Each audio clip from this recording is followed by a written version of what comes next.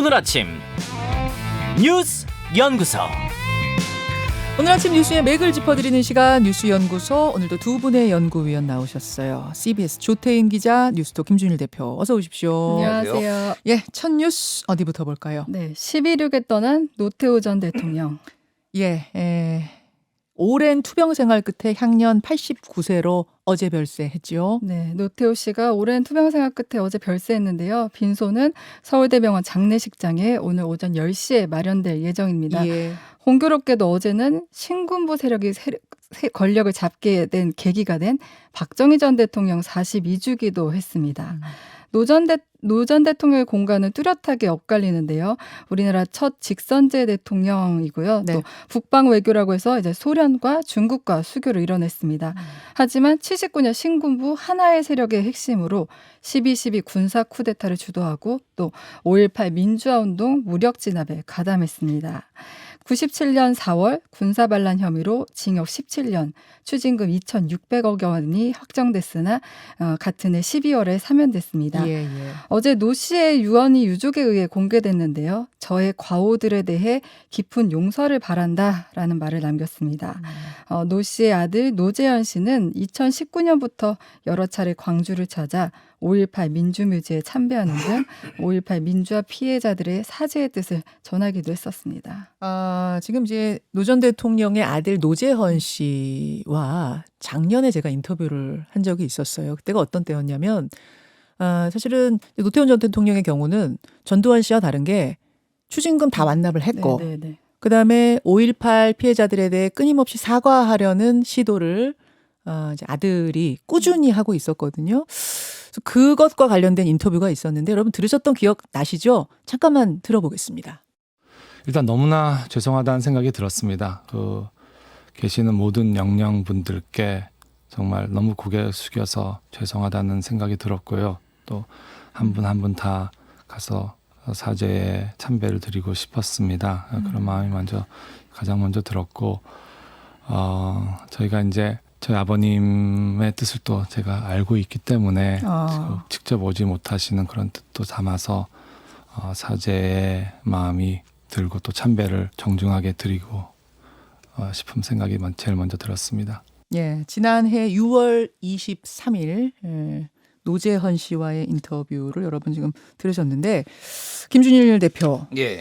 국가장으로 치르느냐, 뭐 현충원에 안장하느냐 이런 것들도 지금 논란이 되고 있는 건가요? 어떤가요? 그렇죠. 뭐 지금 이제 국가장 지금 어떻게 돼 있냐면은 원래 예전에는 국가장, 국장, 국민장 네. 이렇게 세 개가 있었는데 이게 이제 국가장하고 국장이 차이가 뭐냐 뭐 이렇게 모호하다 그래가지고 두 개가 2011년에 합쳐졌어요. 예, 노무현 대통령하고 김대중 대통령 서거 이후에. 예. 그런 다음에 지금 국가장이냐 국민장이냐 아니면 가족장이냐 뭐 이렇게 될 수가 있는데 국가장 같은 경우에는 전현직 대통령인데 여기에서 범죄나 뭐 이를테면은 어떤 뭐 박탈이 되더라도 대통령 지위를 그런 게 뭐 법에 명시돼 있지 않아요. 그렇기 때문에 국가장으로 치를 수는 있다. 예우가 박탈된 상태에서도 국가장을 치를 수는 있다예요. 예, 법이 이제 다르기 때문에 치를 수는 있는데 어저께 이제 유영민 대통령 비서실장이 나와가지고 그 부분은 유족하고 협의를 해보겠다라고 하는데 유족들은 지금 이제 조용히 치르고 싶다 뭐 이런 입장이에요. 지금 유서 내용에 그런 게 써 있죠. 검소하게 그렇죠. 치러달라. 최대한 검소하게 치러달라라고 이제 하겠다. 국법에 따라서 그렇게 하겠다라고 하는 거거든요. 그러면은 일단 문재인 대통령이 이제 결정을 해야 되는데 내일 출국합니다. 예. 그러면 오늘 안에 오늘 이제 결정을 해야 되죠. 뭐 장례도. 그러니까 아무래도 뭐 국장 아니면 가족장, 그러니까 국민장 아니면 가족장 이렇게 이제 될 가능성이 좀 있고요. 현충원 같은 경우에는 사면이 됐다고 하더라도 이제 범죄를 저지른 게 있으면은 이거는 원칙적으로 안장이 불가능하다. 그거는 법에 적혀 있는 거예요. 법에 적혀 있어요. 그러니까 국가장의 경우는 따로 법에 적시가 안 돼 있지만 이 현충원 안장 문제는 법에 이미 적시가 돼 있고 또 보니까 이미 가족들이 다른 곳에다가 묘를 다 알아봤다면서요, 묘지를. 예, 그러니까 파주에 있는 통해동산인데 이게 노태우 씨가 이제 조성을 한 곳이에요. 국방 정책을 하면서. 그래서 여기에다가 묻히고 싶다라고 했는데 파주시에서는 지금 일단은 난색을 표한 상황이라고 합니다. 그 통일동산 쪽에서? 예, 거기는 관광특구라서 안 된다라는 건데 아무래도 뭐 민주당 쪽이기도 하고 일단은 좀 뭐 난색을 표한 상황인데 좀 상황을 지켜봐야 될 것 같고요. 여야가 어저께 일제 이제 추모 어떤 논평을 냈는데 예. 이제 뭐 논평을 보면은 딱 이제 이게 보여요. 야당 같은 경우에는 공과가 이제 노태우 씨가 좀 많이 엇갈리잖아요. 야당 같은 경우에는 잘한 거부터 얘기를 하고 하지만은 뭐 12.12 쿠데타, 뭐 5.18 이런 것에 대해서 좀 안 좋은 거를 뒤로 얘기를 했다면은 여당에서는 먼저 12.12 쿠데타와 5.18을 먼저 얘기하고 그럼에도 불구하고 이런 거는 잘했다. 남북 기본 합의서 채택 이러고 해서 이제 온도차가 좀 있었죠. 예. 예, 예. 조태임 기자.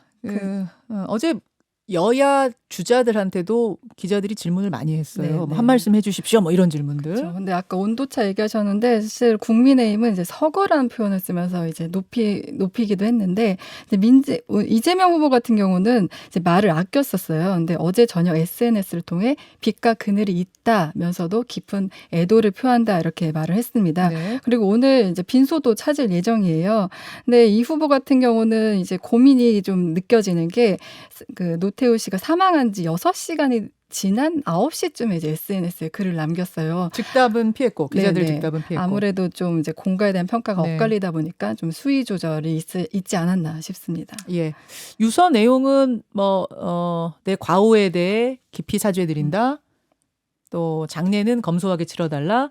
그다음에 통일을 이뤄달라. 뭐 이렇게 3가지 정도가 나왔다고 예. 하지요. 예, 첫 번째 소식 전해드렸고요. 두 번째로 가지요. 최명국인 공수처 손준성 구속영장 기각. 예, 손준성 검사 구속영장이 기각됐군요. 네, 고발사주 의혹의 핵심 인물이죠. 손준성 전 대검 수사정보정책관에 대한 구속영장이 밤사이 기각됐습니다. 이제 법원은 송 검사에 대한 구속영장 기각 사유대에 증거를 인멸하거나 도망할 우려가 없다.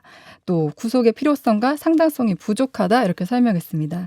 이제 송 검사 같은 경우는 고위 공수처의 첫 번째 구속영장 대상이었는데 이제 이게 좀 이례적이라는 얘기가 나왔었는 게 체포영장이 기각된 이후 이제 구속영장을 청구하면서 이례적이라는 얘기가 있었는데 결과가 기각으로 나오면서 이제 공수처가 무리하게 구속영장을 청구했다 이런 비판이 예상됩니다. 그러니까 조사를 한 번도 하지 않은 상태에서 구속영장을 바로 청구하는 게 좀 이례적이었고 그렇죠. 네.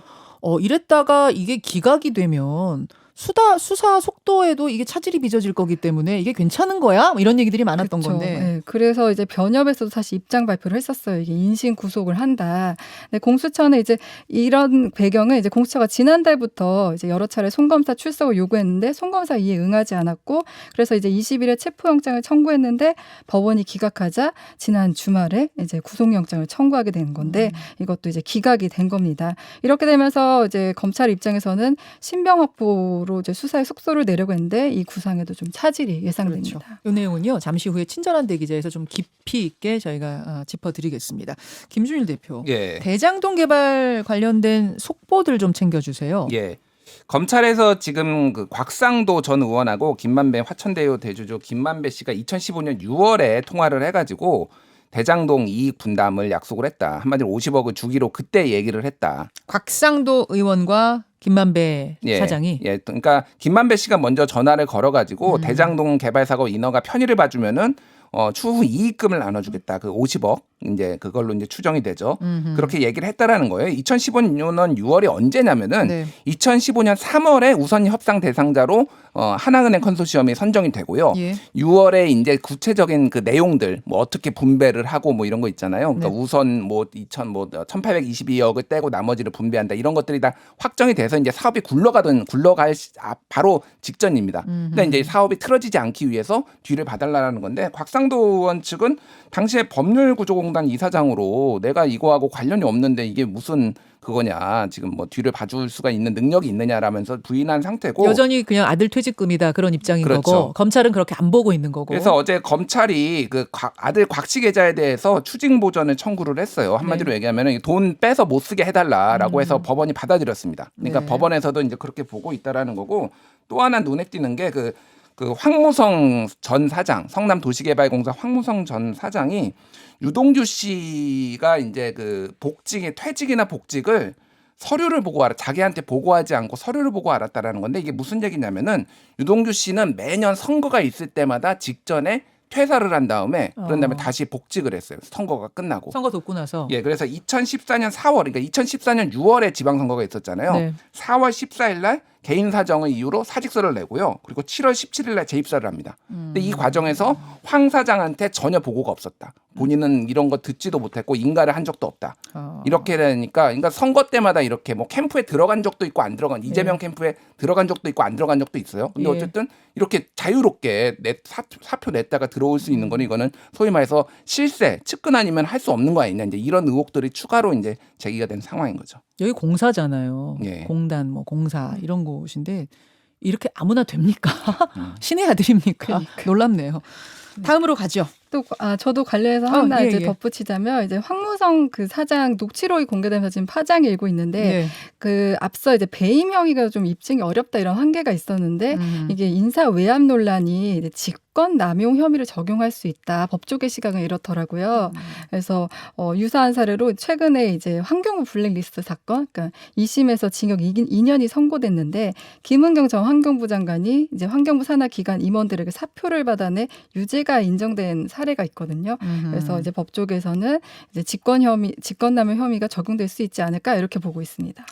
자, 세 번째 이슈로 갑니다. 네, 개사과 후폭풍, 지지율 출렁. 예, 국민의힘 이제 최종 후보를 뽑기까지 한 9일 남았거든요. 9일 남았는데 지지율이 출렁출렁 거립니다. 네, 국민의힘 대선 주자들 간의 지지율이 출렁이고 있는데 이제 여론조사 기관마다 다르지만 대체적인 경향은 윤석열 후보의 지지세가 좀 주춤하고 있다는 겁니다. 아무래도 전두환 옹호 발언, 뭐 개사과 사진 논란이 반영된 것으로 보이는데 네, 예. 이런 위기감 때문인지 어제 저녁 윤석열 캠프 측은 긴급 회의를 소집했어요. 아, 그래요? 네, 이런 가운데 어제 국민의힘은 이제 경선룰과 관련해 여론조사 문항을 확정했습니다. 예, 예. 1대1 경쟁력을 묻되 이제 질문을 이제 한 번만 하는 것으로 결정을 했어요. 이게 절충형이라고들 그쵸. 나오던데 네네네. 어떤 식으로 절충이 된 거예요? 그러니까 이게 원래는 1대1 경쟁력, 그러니까 뭐 이재명 대 윤석열, 이재명 대 홍준표 이거는 그 윤석열 후보 측에서 원했던 건데 네 번 묻는 거. 네, 네 번 예. 묻는. 근데 이제 절충안으로는 예를 들면 이제 아직 문항이 나오진 않았어요. 네. 근데 예를 들면 이제 추측할 건데 뭐 이재명 후보와 윤석열, 이재명과 홍준표, 이재명과 유승민, 이재명과 원희룡 이렇게 후보가 대결할 경우 가장 경쟁력 있는 후보가 누구냐 하면서 이제 보기를 제시하는 거예요. 앞서 윤석열 후보 측이 주장했던 거는 하나씩 다 물어보는 거예요. 질문은 한 번 하되 네. 그럼 보기는 1번 이재명 대 윤석열, 2번 이재명 대 뭐 홍준표 이런 식으로. 그런 식으로. 네. 그래서 절충형이다. 근데 이제 아무래도 평가는 홍준표 후보의 의견이 반영됐다는 의견이 주로 이루고 있습니다. 근데 반발은 없어요? 다른 캠프들의 반발은? 윤석열 후보 측은 받아들이겠다 이렇게 하는데 아마 좀 씁쓸한 것 같긴 한데 일단 어쨌든 받아들이겠다고 하고요. 그리고 윤석열 측 입장에서는 이제 당원 투표가 있기 때문에 여론조사보다는 또 당원 투표를 기대하고 있어서 좀 그런 면이 있는 것 같습니다. 예. 김준일 대표. 예. 변수는 뭐라고 생각하세요? 일단 지금 뭐 여러 여론조사를 종합해 보면은 윤석열 후보의 하락세가 뚜렷합니다. 그래서 저 뭐 이전 조사 같은 여론조사의 이전 조사 비교해 보면 한 네. 3에서 4% 포인트 정도 다 빠지고 있어요. 그러니까 지금 여론조사가 여러 개 막 쏟아지고 예, 예, 예. 있는데 대체적인 추이가 다 비슷하죠. 대체적인 추이가 다 비슷해. 윤석열 후보는 이 전두환 씨 옹호 그리고 개사과. 예. 저는 개사과가 더 치명타였다라고 보고 있는데 지금 국민을 좀 이렇게 무시했다라는 느낌을 많이 줘서 그래서 지금 비상에 걸렸습니다. 그래 아까 전에 이제 밤에 캠프 소집한 것도 이제 네네. 같은 맥락인 거고 이거를 반전할 것이 뭐냐 그러면 일단은 광주에 가서 이제 사과를 하겠다라는 건데 이게 11월 초거든요. 지금 그 캠프 내에서 얘기는 나오는 거는. 근데 이게 타이밍이 적절하냐, 그러니까 너무 늦는 거 아니냐. 왜냐하면은 이게 시차를 두고 또 반영이 되거든요. 그리고 또 이용석 광주시장이나 뭐 지역 여론은 오지 마라. 반대한다 이런 것도 있어서 지금 굉장히 어려운 상황이다라고 보시면 될 것 같아요.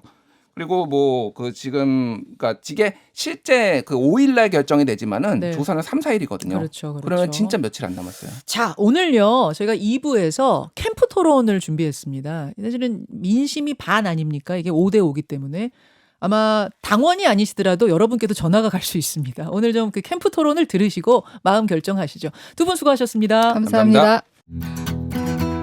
김현정의 뉴스쇼는 청취자 여러분의 참여로 이루어집니다. 트위터, 페이스북, 레인보우 게시판, 그리고 단문 50원, 장문 100원의 유료 문자 샵 1212, 우물정 1212 통해 참여하실 수 있습니다. 김현정의 뉴스쇼, 여러분과 함께 만듭니다.